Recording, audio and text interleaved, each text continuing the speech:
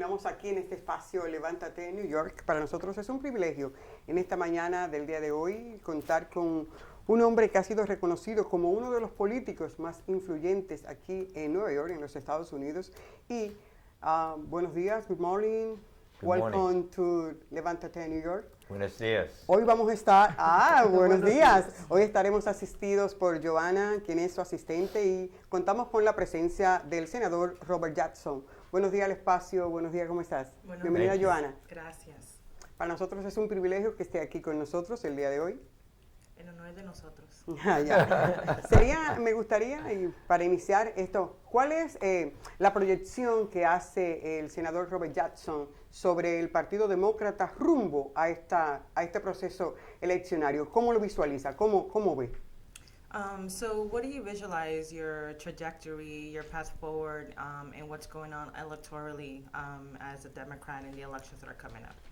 How do you see it? Well, I'm a worker. So as a worker, my most important thing for me, I don't think about the electoral processes coming up. I'm thinking about more serving the people that I represent. And especially when I pick up the daily newspaper today, and it talks about tens of thousands of tenants could be evicted because the courts are so overcrowded and there are not enough legal attorneys to represent them in court. And it basically says tenants will have to represent themselves in court. And that's a disaster if tenants have to represent themselves in court. So doing the work is the most important thing for me. As far as looking forward to electoral process for myself, I just think if I continue to do the work, the people will make the decision, and I hope to be reelected. Yo me considero una persona, un trabajador, más que una persona que está pensando en lo que está sucediendo electoralmente, en lo que está sucediendo en las elecciones. Por ejemplo, cuando yo miro acerca de los servicios para constituyentes, que eso es lo primario para mí, yo veo que lo que dice la portada del periódico del Daily News, que hay demasiados ahora mismo inquilinos que van a tener que representarse a sí mismos. Eso es un crisis porque no hay suficiente abogados para representarlo a ellos. Eso es un crisis en cuestión de housing. Estuvimos hablando hace un rato que sería bueno entonces acentuar que estamos dejando de lado la política interna, lo que está pasando aquí en Estados Unidos, específicamente en la ciudad de New York, para estar pendiente a lo que está pasando fuera de las fronteras de Estados Unidos, como en la crisis Ucrania y Rusia. ¿Qué le parece eso? Earlier they were commenting on the show that they are not paying attention to what's going on in terms of politically, community-wise here internally, inside our borders, and we're paying a great deal of attention to what's going on beyond our borders, like what's going on in Ukraine. What's your opinion on that? Clearly, that is an extremely important issue from an international point of view, and especially when you listen to the news. If I think that all of the stations are covering internationally, which is appropriate.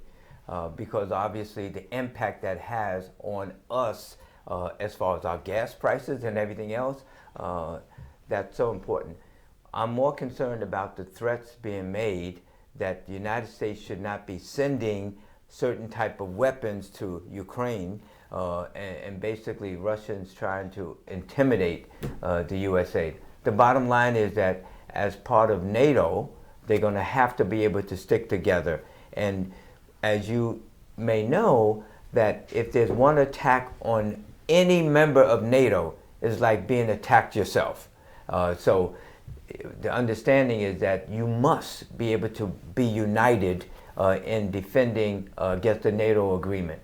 But as you know, Ukraine is not part of NATO.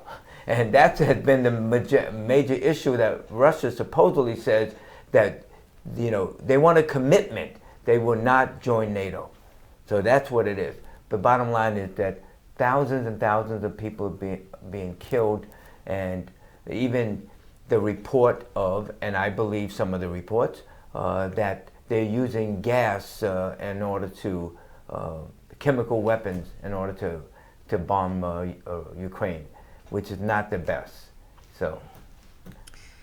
Claramente es una situación muy sensible. Es una crisis que tenemos que prestar atención y es un problema internacional que nos afecta a todos. La realidad es que tenemos que ver cómo funciona lo que se llama NATO. Sabe que, bueno, antes que eso, el senador aclaró que impacta muchas cosas aquí nacionalmente. Uno de esos ejemplos es los precios de gasolina. Nosotros vemos el impacto económico de esta guerra, de este conflicto.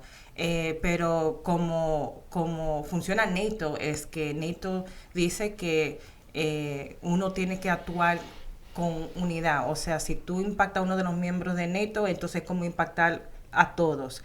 El problema aquí es que Ucrania no es un miembro de NATO y entonces eso está creando también otros tipos más complejos con Rusia. Y Rusia quiere un compromiso que Ucrania no se compromete como un miembro de NATO.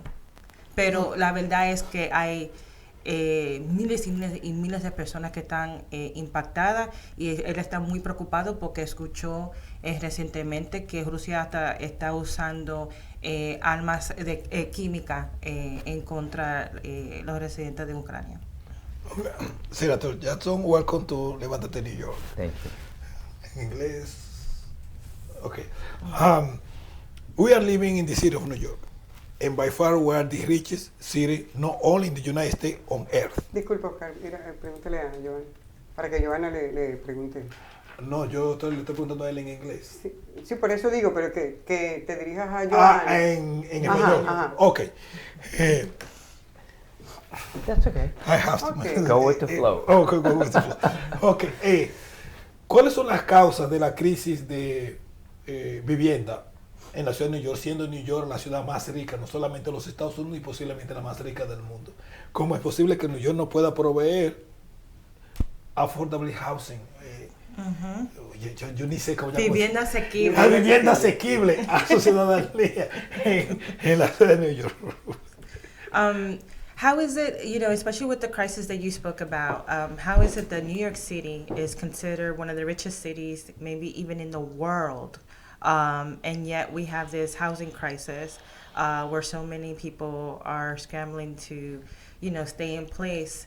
And how is it that as a state, as a city, we can get to a point to actually providing affordable housing? What do you think are the root causes of this crisis? Wow. I would say one of the primary root causes of the housing crisis that we have here in New York City is that this is a capitalistic society. Capitalism means that obviously the masses are doing the work and these billionaires, hundreds of billionaires around in the United States are making all the money. And in fact, you read in the paper or you listen to on the news, Musk, the head of Tesla. He's the richest person, I'm not going to say man, he's the richest person in the world and is doing supposedly a try to takeover of Twitter at the tune of, he may increase the value to even $50 billion. I mean, this is like insane for any, normal person to think about the fact of takeover. One person is going to spend anywhere from $45 to $50 billion to try to take over Twitter in order supposedly, quote unquote, to free up the discussions on anything and everything. And so if it's going to be positive for the average person, I would say yes. But if you look at behind you, that's New York City right there as far as all of the skyscrapers. And we were discussing up in Albany, I'm sorry, let me make it shorter, 421A, big housing developers building tall buildings and getting a tax rebate of $1.7 billion every single year to include certain percentage of affordable housing. And then the question is, affordable? Affordable to whom? Because the average family in New York City of four doesn't earn $100,000. They probably earn $60,000, $65,000, family of four. And so the question is, affordable to whom? not affordable to the average person that I represent in northern Manhattan. My district now goes from 26th Street all the way up to Marble Hill. So the average family cannot afford these affordable apartments and buildings like that. Pero, Joana, en esa misma tesitura, ¿no es una contradicción el hecho de que recientemente se aprobó un presupuesto y está incluido dentro del presupuesto? ¿Qué pasa ahora y qué está haciendo la senaduría de parte de, vale la redundancia, del senador Robert Jackson en este sentido para dar contraste a eso? Porque es ilógico que hayamos aprobado un presupuesto y entonces amanecemos con esa noticia el día de hoy. ¿Traduzco primero o la respuesta? Bueno, si tú quieres ahí mismo para que entonces él pueda, y así entonces, o te muy largo. Ok, no, pues entonces, respondiendo a la primera pregunta de el crisis de vivienda asequible, la raíz en sí es el capitalismo, donde la mayoría de las personas están trabajando fuerte, pero son los pocos, los billonarios que se aprovechan y siguen haciendo dinero. Por ejemplo, un ejemplo es, ¿cómo se llama él? Tesla Musk. El multibillonario que por tener tanto dinero que le sobra quiere comprar a Twitter por $50 billones en vez de pensar en otras cosas.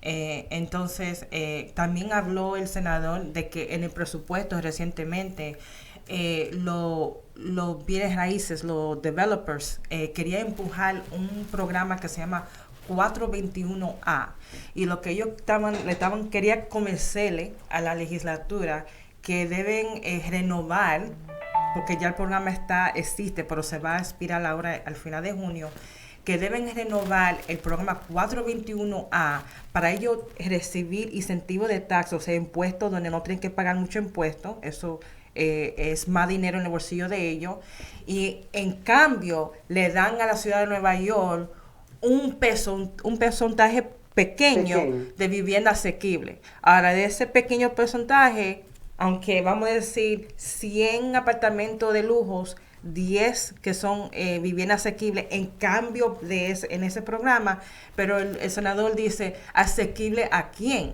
Porque ellos dicen asequible, pero quieren rentar los apartamentos, las unidades, para familias que pueden ganar a lo mejor 100,000, 80,000, pero la realidad es que no califique el pobre. Exacto, la realidad es que el promedio de lo que gana los constituyentes del senador, que representa de Marble Hill a la calle 26, una familia de 4 gana a lo mejor $60,000.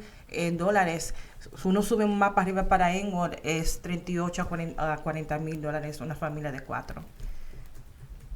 I think I covered that. Y no califica. Y no califica. Entonces el programa no es para ellos. Ya. Entonces, ya hice la segunda parte. Okay. So ¿Te la repito o la tienes pendiente? La contradicción. Sí, exactamente.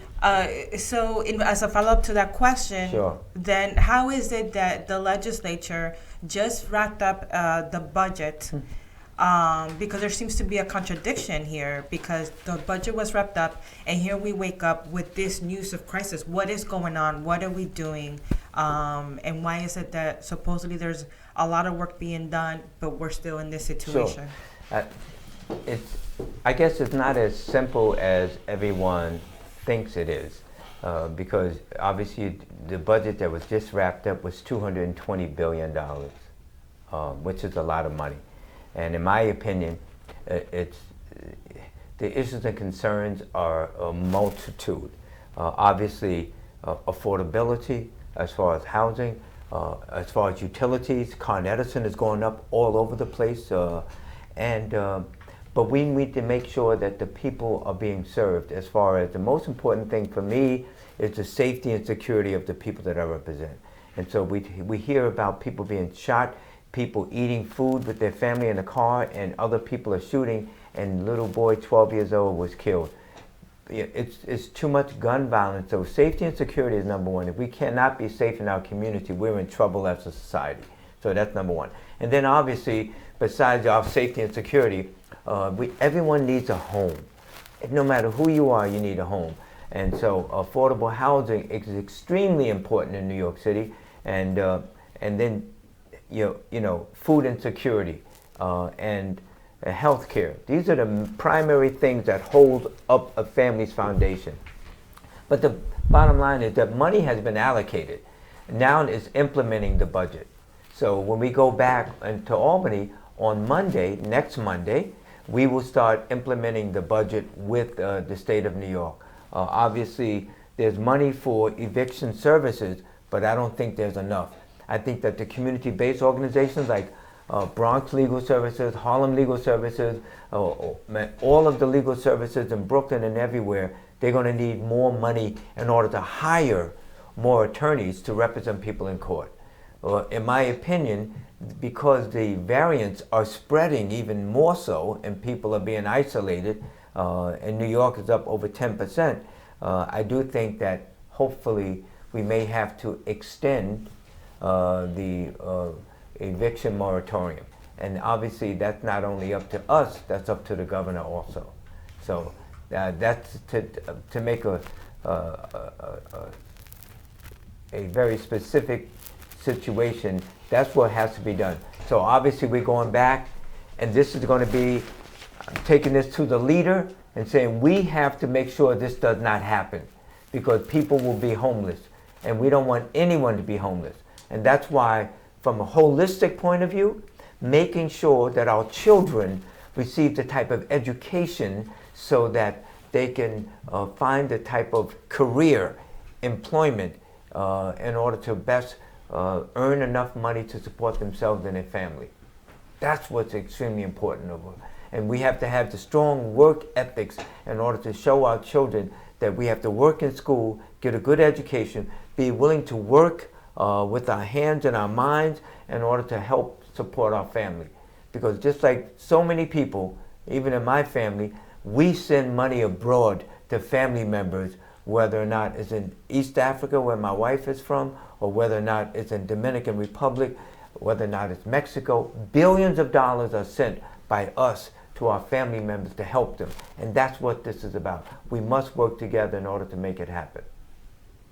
I'm sorry it took so long. It is okay. No, apologize to me because I have to translate. I know, but it's important to say how, it is. Respondiendo a la pregunta, el senador dijo que es una pregunta importante y bien compleja porque la situación no es una situación simple. El presupuesto que acaba de pasar es 220 billones, 220, right? 220 billion. 220 mil millones. 220 mil millones. Todos los cuartos del mundo. Okay, sí, todo el cuarto del mundo. que es claro, es mucho dinero. Eso acaba de pasar, pero antes de explicar de cómo se va a implementar el presupuesto, él comunica que lo más importante para él es la seguridad de sus constituyentes. Uno tiene que sentirse seguros en sus calles, en sus vecindarios. Y después de eso las personas tienen que tener a dónde vivir. Todo el mundo tiene derecho a vivienda, a tener un techo encima de su cabeza. Pero lo que sucede, y ha habido situaciones también del peligro de armas, ¿verdad? De un niño de 12 años comiendo en el carro con su familia, ahí tranquilo, murió a causa de la violencia de armas o armas. Entonces tenemos que, todo eso está ligado. También habló de Con Edison, de lo que estamos gastando en cuestión de gas y electricidad actualmente es demasiado para nuestras familias. Pero todo eso combinado significa crear una situación más cómoda para los constituyentes. Pero el presupuesto que acaba de pasar, porque ahora esta semana están como, todo el mundo está en el distrito, todos los senadores y los asambleístas, pero van a volver el lunes que viene, porque se pasó el presupuesto, pero ahora es a ver cómo se va a implementar ese dinero, ¿verdad? Por ejemplo, sabemos que el presupuesto pasó dinero como en este espacio para vivienda, pero ¿cómo se va a implementar? ¿A quién se le va a dar? Entonces tenemos que ver que los grupos que representan a los inquilinos tengan ese dinero inmediatamente. Eso tiene que ver con implementación del presupuesto. Grupos como el Bronx Legal Services, Manhattan Legal Services, Brooklyn Legal Services, tenemos que asegurarnos que ellos tienen acceso inmediato a esos fondos. Pero eso es lo que está sucediendo. Él mismo, el lunes que viene, él va a llevar ese periódico. Él le va a hablar a la líder y le va a decir, esto no puede suceder. ¿Qué vamos a hacer inmediatamente para evitar que esta crisis que se está discutiendo en este periódico se dé? Los ricos deciden la vida de las personas en todas partes del mundo, incluso en Estados Unidos. Al final los resultados es los actos de violencia, los desamparados que estamos viviendo, específicamente aquí en Nueva York. ¿Es un pecado ser pobre? The rich seem to rule the world and run the world. They control everything, they operate everything, and meanwhile, ¿cuál fue la segunda parte? Que sí. Que Entonces, estamos condenados. Las consecuencias son la ola de criminalidad. Yeah. Ese es un pecado. So then, and then as a result, there's this wave of crime. Would you say that it's that poverty is criminal, or it's a crime to be poor? It's not a crime to be poor. It's I a mean, curse. It's a curse to be poor. but what's What's the relationship? what's the relationship? The relationship is that people come to New York City, which basically there's so many opportunities there, but then again, people see opportunities to make a quick dollar. And it's not about a quick dollar, because if you're making a quick dollar, then if it's legal, then that's appropriate. If it's not legal, then the final outcome is not going to be positive. It's either going to be going to prison or being shot and killed. And that's the drugs, and that's the underworld activity of things that, prostitution and all of these things. People are coming here for an opportunity, and the opportunity is about the work ethic and trying to do what's best in order to feed your family and feed yourself. And I say this to you, that I grew up in New York City, poor, a family of 9, and I've seen what negative activities and using drugs has had an impact on families. I talk about this man named Erwin Goldberg in high school. He put an application in my hand for the Upward Bound program, a college readiness program. And he told me, Bobby, Robert Jackson, Bobby, he called me Bobby. Bobby, take this home to your mother and bring it back signed tomorrow. And that gave me the opportunity to be in the Upward Bound college readiness program, where I went up to Cornell University one summer, Hofstra University on Long Island another summer, and being able to have the opportunity to go to college under the program. So that was my way of doing it, and that's what every opportunity we must give every child. And that's why I said earlier, education is the key to uplift all families. And so if we work hard and stay focused on the family, meaning the health and vitality of the family, we will survive. And that's important to know. No es un crimen ser pobre. Lo que tenemos que ver es que hay muchas personas que vienen a Nueva York por oportunidad, para ganar más dinero. Pero la realidad es que algunos quieren ganarse ese dinero por medidas que no son legales, más fácil. Y en debe de hacerlo como parte legal. Hay, ¿cómo se dice? Black market, marqueta. Mercado negro. Mercado negro, ¿verdad? Entonces, a veces, a través del mercado negro, entra en un mundo donde entonces está asociado con el tráfico de drogas. Entonces, está asociado en esos tipos de círculos. Entonces, es importante siempre promover lo que es la ética fuerte de trabajo, el work ethic. Él comunica que, por ejemplo, él se crió pobre, uno de 9 hermanos. Él sabe y fue expuesto a lo que la droga y ciertos elementos criminales, el impacto que eso hace a las familias. Pero eso es tan importante, uno sentirse unido en los valores de la familia. Lo que a él lo salvó es, y por eso él siempre es una persona que echa para adelante y promueve la importancia de la educación, para levantar las personas como individuos y como familias y levantarnos como una economía y una sociedad. Es, por ejemplo, en su vida hubo una persona en la escuela que se llama Erwin Johnson, y le dijo Bobby, porque ese era su... ¿Cómo se dice? Su apodo. Bobby, coge este papel, lléveselo a tu mamá, dile a ella que lo firme y me lo trae para atrás. No haga ninguna pregunta, que lo firme.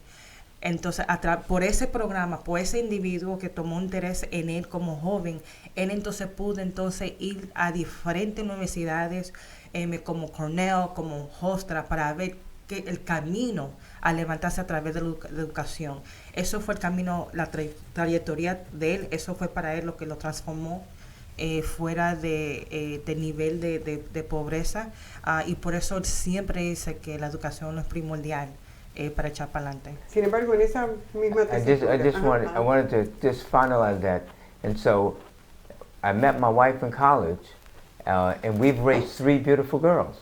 And so college education is so important to uplift your family. I grew up with a family of 9 on social services. Now, when my wife and I, strong work ethic, believing in coming together, we've raised 3 beautiful girls. One now is a doctor, one's a math specialist, another one works in the arts. So that's what lifts up families, the education. Y para concluir, él conoció a su esposa en la universidad y como pareja criaron tres niñas, y le promovieron lo que es la ética de trabajar y de estudiar. Y ahora sus 3 hijas, una es una maestra, especialista en matemáticas, una es una doctora, y la más joven está en los artes. A mí me gustaría, en esa tesitura que plantea el senador, de hecho, la propia ministerio o la Cancillería de Educación aquí en Nueva York reconoce que hay inequidad para el acceso, ¿no? Yo me atrevería a decir que eso del senador fue una casuística, ¿tú me entiendes? Que ese lo destacaron y fue un elemento que hoy, gracias a Dios, lo tenemos en esta posición. Ahora bien, no todos los muchachos, nuestros muchachos, tienen esa posibilidad. ¿Qué se está haciendo desde el distrito y sobre todo desde la senaduría para hacer esos cambios sustanciales que permitan que nuestros muchachos, sobre todo de ascendencia afroamericana e hispana, tengan las mismas, puedan llegar a las oportunidades que les corresponde a través de la educación? Porque lamentablemente ellos mismos reconocen que hay inequidad para el acceso a la educación que te permita las oportunidades después. ¿Cómo para trabajar esa parte? So we know, and going on the thread that you spoke of repeatedly, education, and the opportunity that was given to you, we know that there are issues of inequities in our education system. And when you look at the state and when you look even in our district locally, there are many inequities. And she would say that what happened with you may be an abnormality. It's not something an opportunity that is given to many. So understanding there are so many inequities in our education, that those opportunities don't get to kids that are African American and of Latino descent, what would you say needs to be done, or that the Senate legislature or that the city is doing? How would you say that can be resolved? Okay, so opportunities are there. Is everything going to be the same for everyone? I wish that was the case, but in reality, we know it isn't. So we must be able to look everywhere we can, network in everywhere we can, in order to take advantage of every opportunity, the various programs here, there, even if you have to travel a little distance in order to do that. That's what's extremely important. We can't sit back and say, I'm going to wait until it comes to the Bronx when it may be over in Washington Heights. No, if you're seeking the type of opportunities, you have to go where the opportunities are. That's extremely important overall. I think that I met David Banks, the chancellor, the current chancellor, and as he said to me, the way he grew up in Queens, his parents used to take him all the way across town in order to go to a better school. That's what people do. If the opportunities in a particular school is not working, you're going to try to move to either physically move to a better area, or you're going to take your children to that school, even if it's 6, 8, 10 miles away. That's illegal. That's just the way it is, and that's not. I'm not saying that's fair, but that's just the way it is. So, my daughters, one of them live in Virginia, and they were in one school district, and they moved 1.5 miles because it was a better school district, in order to get the opportunity. My kids went to PSIS 187 in Washington Heights, and you know, some parents used to say, "Please help me get my kids in this school." Why? Because they felt that school was a better school for their children to get a good education.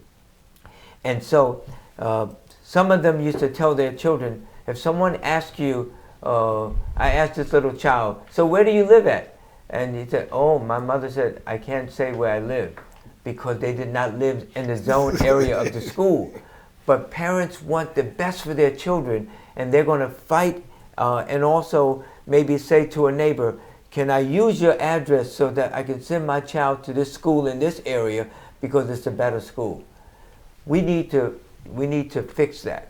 And how we fixed that was through the Campaign for Fiscal Equity, a lawsuit that we filed in 2003 that won billions of dollars for the children of not only New York City, the entire state. As I say in the state legislature, I'm not only fighting for the children in New York City, I'm fighting for all of the children in New York State. And that's what it's about, giving every child an opportunity. But the parents must be able to help their children take advantage of that opportunity, because it just doesn't come there and it comes into your lap. It doesn't happen that way. Sometimes you have to fight for it. And that's why in this lawsuit that I filed in 2003, I fought on behalf of the children. Because they were cheating us out of billions of dollars. And I walked 150 miles. And so I'm willing to fight for our children. And in fact, that's what was agreed to 2 years ago. We're $4.2 billion over 3 years for education. So that's what we have to do. We have to unite, organize, and fight, whether or not it's for education or to get attorneys to represent people in court so they don't lose their home. That's the type of activity that we have to do. When I say who's we, all of us. Not only the elected public officials. The elected public officials in the state is only 213 people. We need more than that. We need the activists, community activists, fighting, pushing us to do what we have to do. I'm sorry, but that's what we have to do in order to make it work. Sorry, Joanna, but... Let me see if I can summarize that big talking points. Sí, reconoce que hay mucha falta de equidad en el sistema de educación. Por ejemplo, hay tantos padres que si ven, hay padres que se van, no importa a cuántas millas está una escuela buena para su hijo, si tiene que tomar transportación 6 millas de su hogar, ellos lo hacen por sus hijos. Las oportunidades están ahí. Lo que uno es que uno tiene que enterarse de esas oportunidades y saber cómo tomar ventaja de esa oportunidad. Si la oportunidad, por ejemplo, está en Washington Heights y uno está en el Bronx, vaya a buscar esa oportunidad. Donde está esa oportunidad, y hay padres muchos padres, ellos quieren lo mejor para sus hijos y ellos van a la distancia para eso. Por ejemplo, él como padre, él tomó esa distancia, ¿verdad? La distancia fue 150 millas. Él caminó 150 millas para todos los niños, porque no solamente aboga por los niños de la ciudad de Nueva York, solamente para el distrito, sino para cada estudiante, cada niño en todo el estado de Nueva York. Entonces caminó 150 millas para llamar la atención a la falta de equidad, y porque el estado le debía $4,000 millones a los estudiantes de Nueva York, y lo que más estaba impactado eran los estudiantes de color, los afroamericanos y los latinos. Entonces, a ganar, y el año pasado la legislatura, después de tantos años de él y otros activistas abogando y empujando para ese dinero, para haber más fondos en nuestras escuelas, el año pasado la legislatura por fin pasó la ley para completar lo que se debía a nuestros hijos. Entonces, ahora ese dinero está en nuestros distritos, y el pueblo, porque él dice, él claro siempre va a abogar para todo el mundo, pero en la legislatura con T, solamente hay 213 miembros. Es muy poco comparado con el número de personas que están en nuestras comunidades. Entonces, no es solamente él como oficial electo, pero los padres, los activistas, todo el mundo siempre tiene que unirse, activarse, que es una forma de organizarse como un pueblo a través de una causa, y empujar y empujar y empujar. No solamente empujar para esa causa, pero también empujar personas como él, para que estén enfocados en lo que se requiere para cumplir y cambiar y resolver esa falta de equidad en nuestras escuelas, pero también como situaciones como lo que está sucediendo con crisis de vivienda.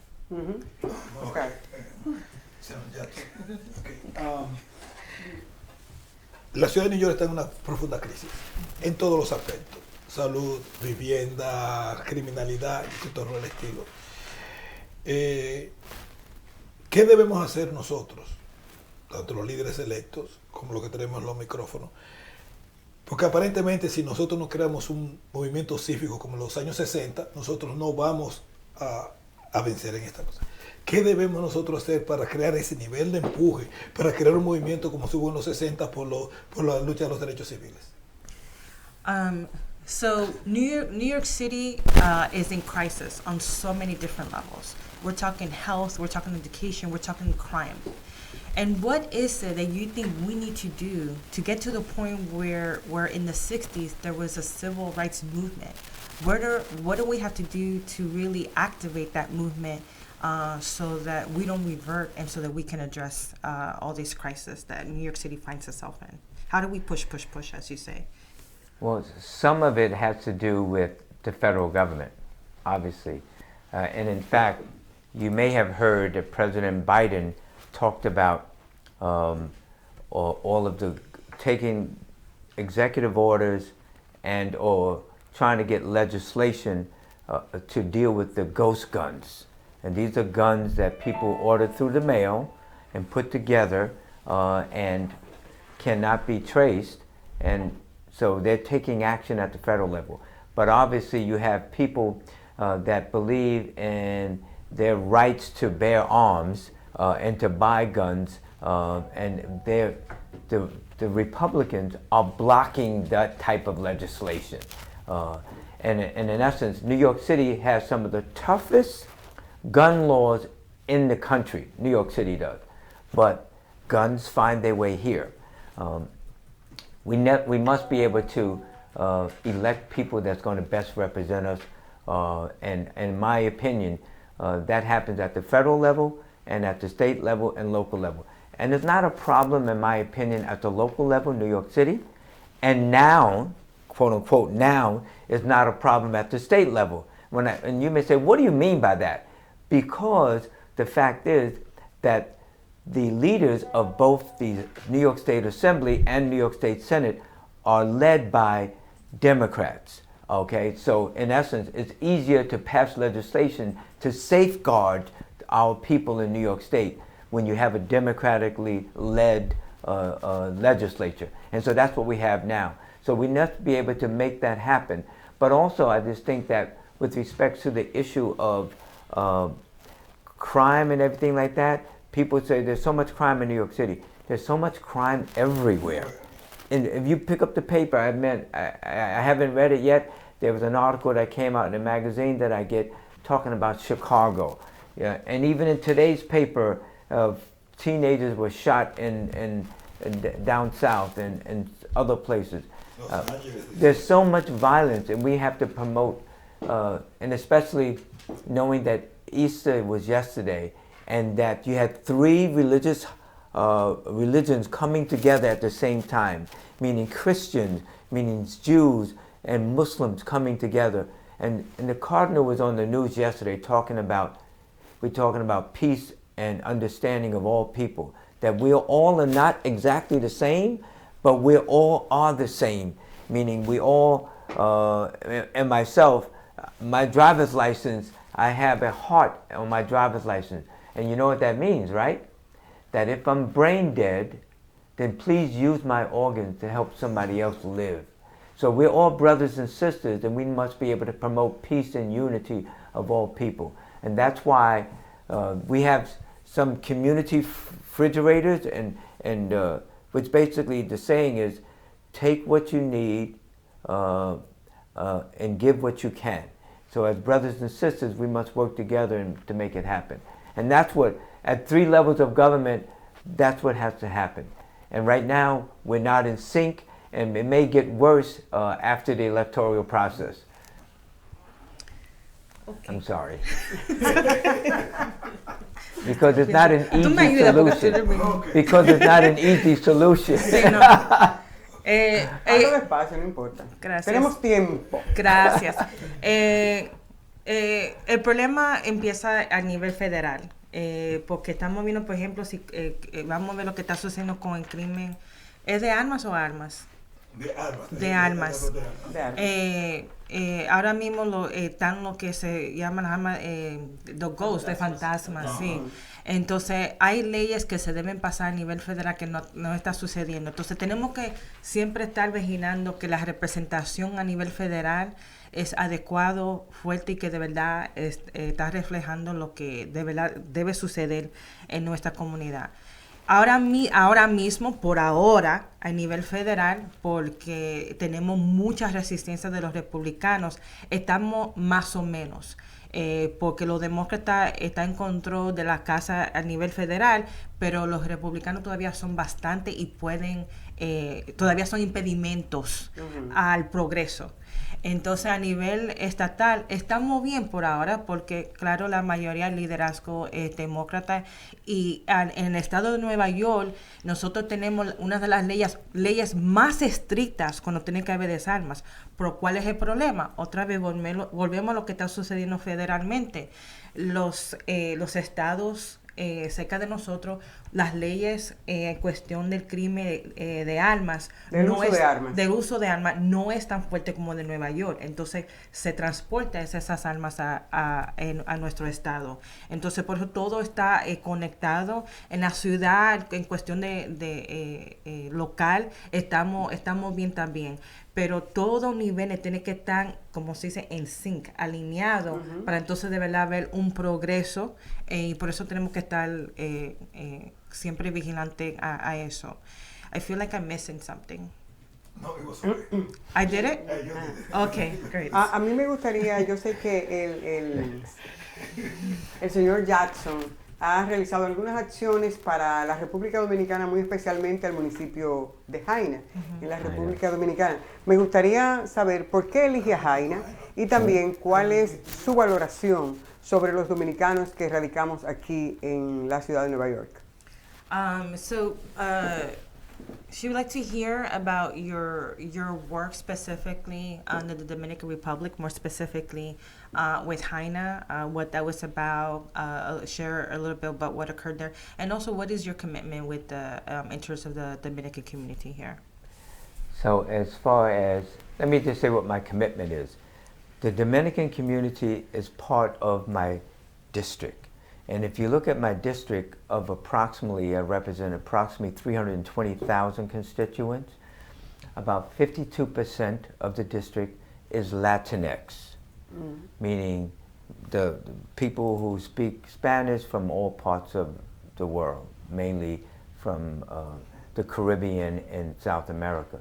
But the majority of the Latinx are Dominican.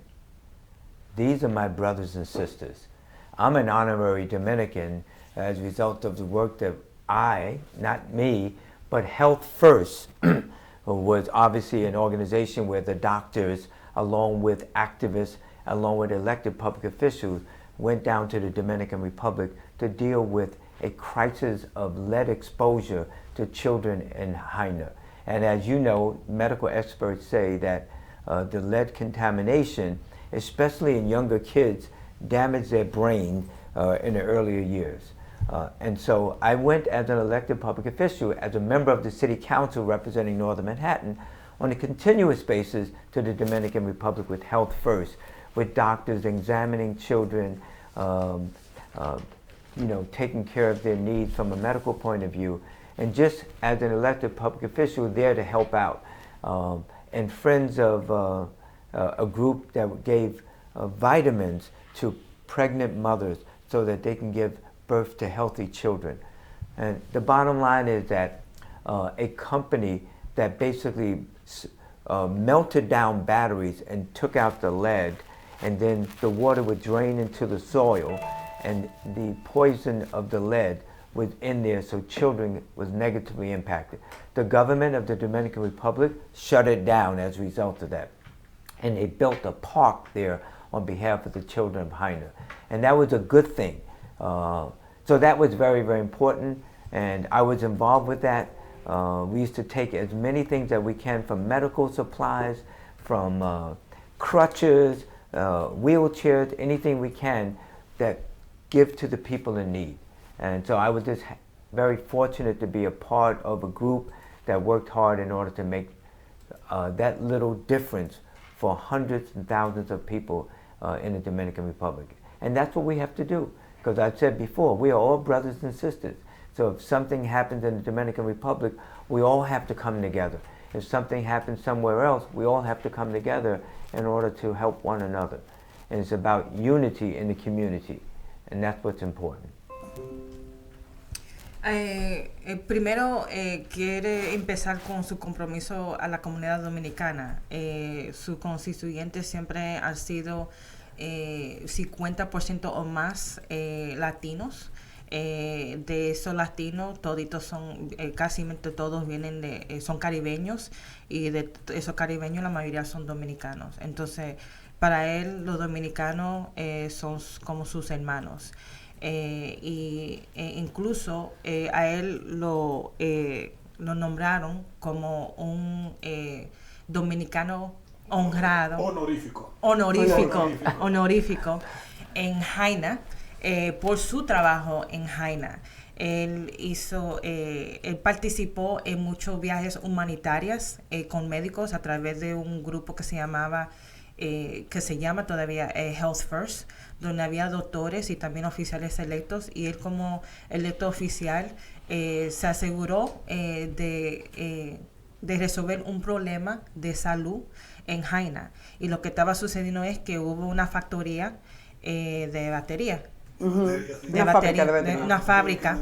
Entonces, en destruyendo la batería, esa batería impactó el agua entonces entró a la tierra, con alto nivel de plomo, impactando la salud de los niños. Y también la salud y sabemos que los altos incidentes de plomo impactan el desarrollo del ser humano, especialmente y cerebral. Incluso yo quiero añadir que los niveles allá eran tan altos que esos niños, si están aquí, están hospitalizados. Era el nivel tan alto de plomo que esos niños estaban tú sabes, sin ayuda médica. Entonces, por eso es tan importante tener y estar con traer esa atención médica a esos niños, y él apoyó esa atención médica, también un programa de nutrición, también trajo cosas como ambuletas, sillas de ruedas, para asegurarse de apoyar esa comunidad. Ahora, a través de todo ese labor, se limpió esa tierra, y lo que está en su lugar es un parque, que eso es algo positivo para el pueblo de Haina. Para él, esos son ejemplos de cómo uno tiene que ayudar la comunidad dominicana, porque cuando sucede algo, sea aquí o afuera, uno tiene que siempre trabajar en conjunto, en unión, para resolver ese problema. Lo que yo no... lo tengo que decir ahora porque no lo traducí más temprano, pero es algo muy importante para él, porque es parte de su humanidad. Cuando él resalta siempre que él considera a todo el mundo, el ser humano, su hermano, él explicó previamente que en su cosa de su licencia, en su licencia hay de conducir, hay un marcador de un corazón, y lo que eso significa es que si él está en una situación donde cerebralmente muerte cerebral, él quiere que es todo lo que se pueda, sus órganos se pueda donar a otra persona, porque para él eso es su deber como un ser humano, hacer todo lo posible para ayudar a otro ser humano, aunque no esté actualmente en la tierra. Lindo gesto. Beautiful. Providencia estaba primero. Ya venimos cerrando. Providencia, Oscar. Lo felicito por esa decisión. Una disposición muy hermosa. También yo siempre he dispuesto eso para mí. Y ¿cuál es el siguiente paso del senador Jackson en beneficio de su distrito? Ahora, inmediatamente. So what are your next steps, you as senator, in terms of that will benefit your district? What do you want to do next for your district? Right now, it's about making sure that I do everything that I can to keep the family stabilized. And in order to keep the family stabilized, we must be able to have a place to live. If this comes to reality, it's going to be a nightmare, not only in New York City, New York State. And obviously, that will not only be in New York City, New York State, but around the country. So the stabilization of the family is the most important thing. And then making sure that, that people have heat and hot water, so they can send their kids to school, and so that they have food to eat.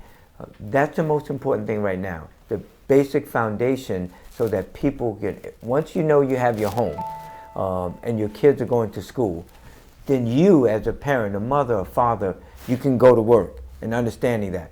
And as you know, most Dominicans outside of the Dominican Republic, where do they live at? El Bronx. Because people go where their families are in order to help one another.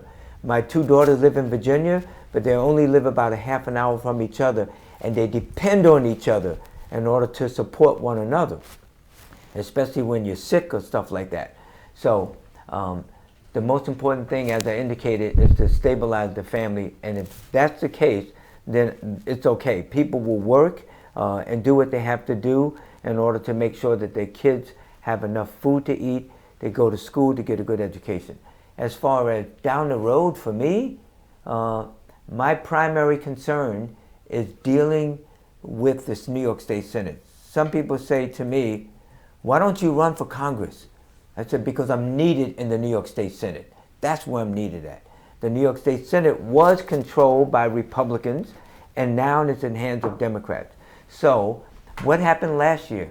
Excluded workers. You know what excluded workers are, right? Yes. People that are not citizens, they don't have any papers, anything. The bottom line is they came here any way they can in order to try to make a living for their families, here and abroad. So Excluded Workers Fund, there was $2.1 billion put in the budget last year.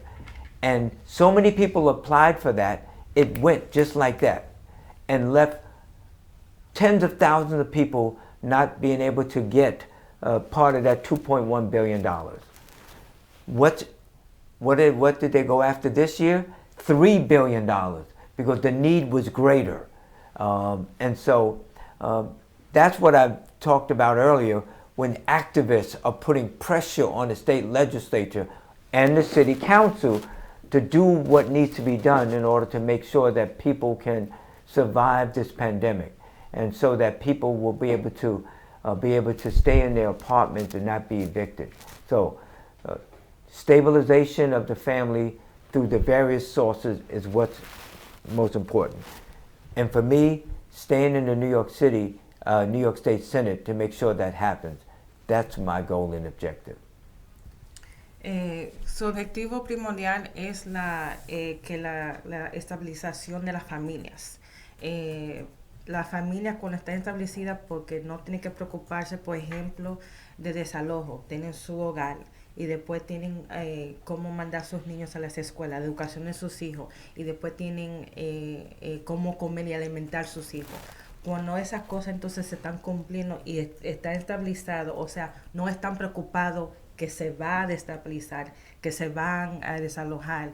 Entonces ellos, los padres, madre, padre, pueden entonces enfocarse en trabajar, en laborar. Entonces esas son situaciones que son complejas, pero esa es su prioridad ahora mismo, como los próximos pasos, especialmente debajo de esta pandemia. El otro nivel de su prioridad es mantenerse en el Senado para asegurarse que esas cosas suceden. Hay personas que le han preguntado a él, ¿por qué tú no te postulas para el Congreso? Y su respuesta es porque a mí me necesitan en el Senado. Y como a mí me necesitan en el Senado, es ahí que yo voy a estar. Y yo quiero continuar ahí porque yo quiero asegurarme que las familias están estables. Un ejemplo es de la labor que hace como senador para asegurarse que las familias y los nuevayorquinos estén bien. Ese programa de trabajadores excluidos. Trabajadores excluidos. Eso. Oscar. Los trabajadores excluidos. Entonces, un programa el año pasado empujaron activistas para ayudar a estas personas que son la mayoría indocumentadas, que no tenían otra forma de cómo sobrevivir, no tenía acceso a ningún otro recurso. Entonces se pasó dinero en el presupuesto el año pasado de 2 mil millones de dólares para ayudar a esta persona, pero la necesidad era tan grande que este año actual, ellos volvieron, los activistas, representando esta población, dicen, no, necesitamos 3,000 millones. Y esos son detalles que es muy importante para asegurar porque si las familias están estables, entonces Nueva York está estable. Y por eso es importante para él. Okay. Senator Jackson, on behalf of myself, Levántate New York, and the whole Dominican community, I want to thank you for the job that you have doing for our community. It is a pleasure, and it is something that everyone has to be following you. You are a great leader, and thank you for what you are doing for our community. Bueno. Regresando al español. Yo tengo 2 niños, criados en la ciudad de New York, y ellos están por irse de la ciudad de New York. ¿Qué mensaje le podría decir, o consejo le podría decir el senador Jackson sobre el futuro de la ciudad de New York para que mis hijos se queden acá? Porque yo no me quiero ir, pero ellos sí se quieren ir. Yo tengo una hija igual. Está lo mismo, mi hija de Massachusetts. He has 2 children, born and raised here in New York, but they're ready to leave New York. What advice or what would you tell them about the future of New York City as to why they should stay? There are so many opportunities in New York City compared to, people say, I'm going to leave New York. Where are you going to go? You're going to go to Florida? You're going to go to Texas? You're going to go to California? New York City is the center of all activity. And you have so many companies that are moving here, and that's why I said education is so important, because with technology and STEM, science, technology, math, is so important in the education process. In fact, so I would encourage them to stay here, but they have to find their location. Where can they establish a family to live? Where do you want to grow your children up? So, for example, when I graduated from college, my wife and I, we found an affordable place in Washington Heights to live. And 2.5 years later, I was looking for another place because we had a tiny, small, 1-bedroom apartment. And I went further up near Fort Washington Avenue, and I saw all the windows vacant, and I went and applied for an apartment. And it wasn't easy. As a black man, I felt that I was being discriminated against in the apartment search. but I did not let that get me down. I continued, and I fought the system. And in fact, that's where I live today.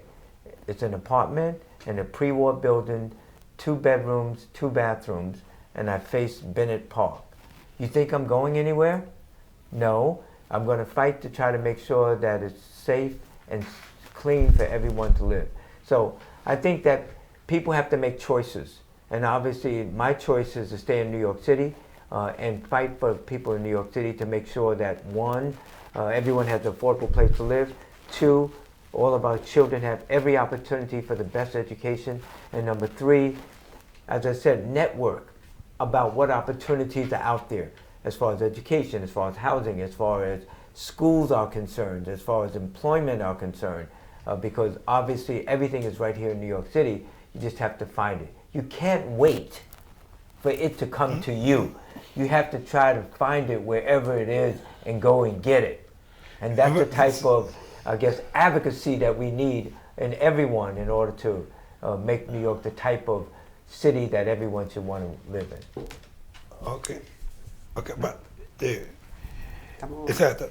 El caso de los niños míos es que uno tiene una maestría en psicología. La esposa, el problema de ellos no es dinero. O sea, el otro tiene una maestría en business por St. John's University. Y el otro tiene una maestría en psicología. O sea, el problema de ellos no es dinero. El problema de ellos es, puede ofrecer New York estabilidad la calidad de vida, la calidad de vida que esa clase media que se está surgiendo. So the issue with his children is not money. One has a master's in psychology, the other one master's in business. Their concern is, you know, in terms of access to a quality of life. Is it worth it for them to stay here in New York City? But and that's what everyone has to decide. When you look at New York City, you have all of the type of industries here. You have all the type of cultures, the theaters, you know, technology. So what are they looking for? That's the question. So if you ask my wife, she said she's not moving to Virginia where my kids live because there's nothing there. Meaning, so for me, I was born and raised in New York City, and I don't see myself moving to another city. Obviously, New York City has so much to offer, and as far as education, cultural, business-wise, socialization-wise. So what do you want? Depends. You have to decide. Respondiendo a la pregunta de calidad de vida, de el consejo que le daría a personas, no solamente a sus hijos, pero a mi hija también, de por qué se debe quedar en Nueva York, es que Nueva York es único cuando uno ve lo que puede ofrecer en cuestión de oportunidades, de experiencias. La tecnología ahora está entrando más y más a Nueva York. Tenemos lo que es los artes y también la mezcla de culturas no se encuentra en cualquier otra parte. Por ejemplo, aunque sus 2 hijas viven en Virginia, él como persona, él vive donde él vive por 40 años, él no se va a mudar de ahí, y su esposa dijo que ella no quiere mudarse para Virginia porque ¿qué va a hacer ahí? Entonces es una decisión que uno tiene que tomar en cuestión de qué tipo de vida ellos quieren, pero por eso él también como electo él quiere asegurarse que los parques están limpios, que el vecindario esté seguro, que la educación es de alta calidad, porque eso son cosas que atraen a las personas a Nueva York y para que se quedan, pero no hay ninguna otra parte del mundo que puede ofrecer lo que Nueva York le puede ofrecer a las personas. Nosotros queremos agradecer la participación. Se queda en el tintero su valoración sobre la gestión de estos 100 días de Eric Adams. Si la puedes responder así, brevísimo. Really brief, what are your thoughts on Eric Adams' first 100 days? Very brief, quickly. I think that he's trying his best under the circumstances. I agree with him that the most important thing, we have to get the crime under control. And obviously you have to be strategic. He's going around the country and talked to mayors and officials all over to see what works in order to try the best. But what we don't want is we don't want another knee on the necks of someone dying in our community. So obviously they're being trained in order to try to, they have technology where they don't even have to search you. A machine can determine whether or not you're carrying a gun. And so that's technology is concerned. So the people of New York City want a safe city. When there's a safe city, that means more people are going to come here for the theaters and tourism, and that's going to mean more jobs and opportunities for our people here to earn a good living so they can support themselves and their family. I think that Eric has done a good job so far, but we have to focus in on making sure that our city, from an economic point of view, is safe and people can ride the subways in order to get to and from work. So overall, I would say he deserves a passing grade right now. Piensa que Eric Adams está haciendo un buen trabajo, sabe que la seguridad de nuestra ciudad es muy importante, las personas quieren asegurarse que es una ciudad segura, así es como vamos a tener turismo, los teatros van a ser vibrantes, eso va a ayudar a la economía, pero claro, asegurar esta ciudad no significa que tenemos que volver a donde la rodilla está encima del pescuezo, ese tipo de policiar a las personas, que eso no es algo positivo tampoco, pero claro, tenemos que entrarle ese balance y ofrecerle esa seguridad a nuestros neoyorquinos, a los residentes, a los turistas. Por ahora le da una nota, un grado donde va a pasar. Ajá, un 99.9. Pasando, pasando. Bueno, queremos 60. Queremos agradecer la mañana de este Levántate New York en la comparecencia del senador estatal Robert Jackson. Ha sido un placer, un privilegio para nosotros contar con este conversatorio amplio de todo lo que está haciendo y lo que viene en el futuro, sobre todo garantizando la estabilidad y el acceso a las viviendas, a la educación de los más oprimidos, que seguimos siendo los mismos, la ascendencia afroamericana y también los ascendentes latinos. Gracias, tuvimos hoy como speaker para nosotros a Joana García, gracias por haber estado aquí, a ustedes señores. Gracias, Mr. Jackson. Igual. El compromiso para que ustedes nos acompañen mañana en otra entrega de 7 a 9 de la mañana en este Levántate New York. Cuídense mucho. Oscar Pérez, gracias. Gracias. Providencia Rossi. Muchas gracias. Rafael Díaz, y a ustedes que son la parte importante de este espacio. Cuídense mucho. Hasta mañana. Bye bye.